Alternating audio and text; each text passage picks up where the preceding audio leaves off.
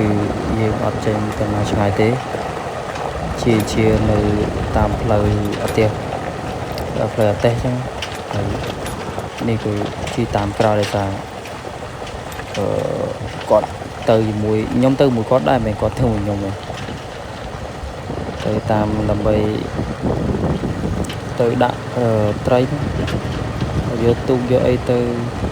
ហើយក៏ត្រឡប់មកវិញហើយក៏ជិះឈៀលតាមផ្លូវអទេសជាមួយគាត់បីបត់តាមផ្លូវលើហើយទៅតាមផ្លូវនេះវាគួរចាប់អារម្មណ៍វាយើងអត់ផ្លូវបានអត់ធ្លាប់បានជិះផ្លូវហ្នឹងចឹងក៏ឈៀលផ្លូវហ្នឹងម្ដងពួកគាត់អ្នករោសាច់រោត្រីនៅស្ទើរអញ្ចឹងគាត់នៅប្រាប់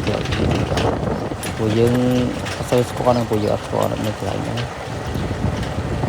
ហើយក៏អត់សូវហ៊ានជិះដែរដោយជាចានៅមានព្រៃសងខាងចឹងពេលនៅតាមដែរដោយសារ